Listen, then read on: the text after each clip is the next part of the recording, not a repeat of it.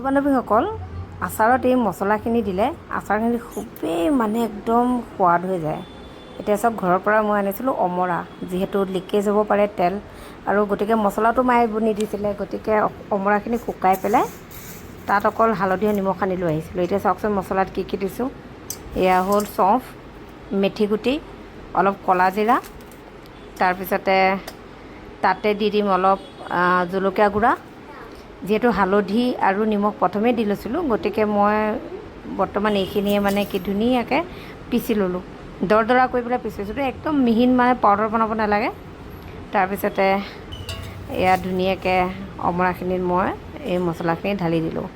যিকোনো আচাৰত এই মছলাখিনি দিলে খুবেই এটা ধুনীয়া সোৱাদ আহে। আৰু এনেদৰেই মোৰ আচাৰ প্ৰস্তুত। আৰু অলপ তেল মই গৰমাই থৈ দিছিলোঁ, যিহেতু সৰিয়হৰ তেল, আৰু ধুনীয়াকৈ সৰিয়হৰ তেলখিনি বাকি দিলোঁ, আৰু মোৰ অমৰাৰ আচাৰ একদম খাবলৈ ৰেডি হৈ গ'ল। গতিকে এনেদৰে কোনে কোনে বনায় আৰু আচাৰখিনি ভাল লাগিছে যদি কমেণ্ট এটা কৰিব। Bye bye.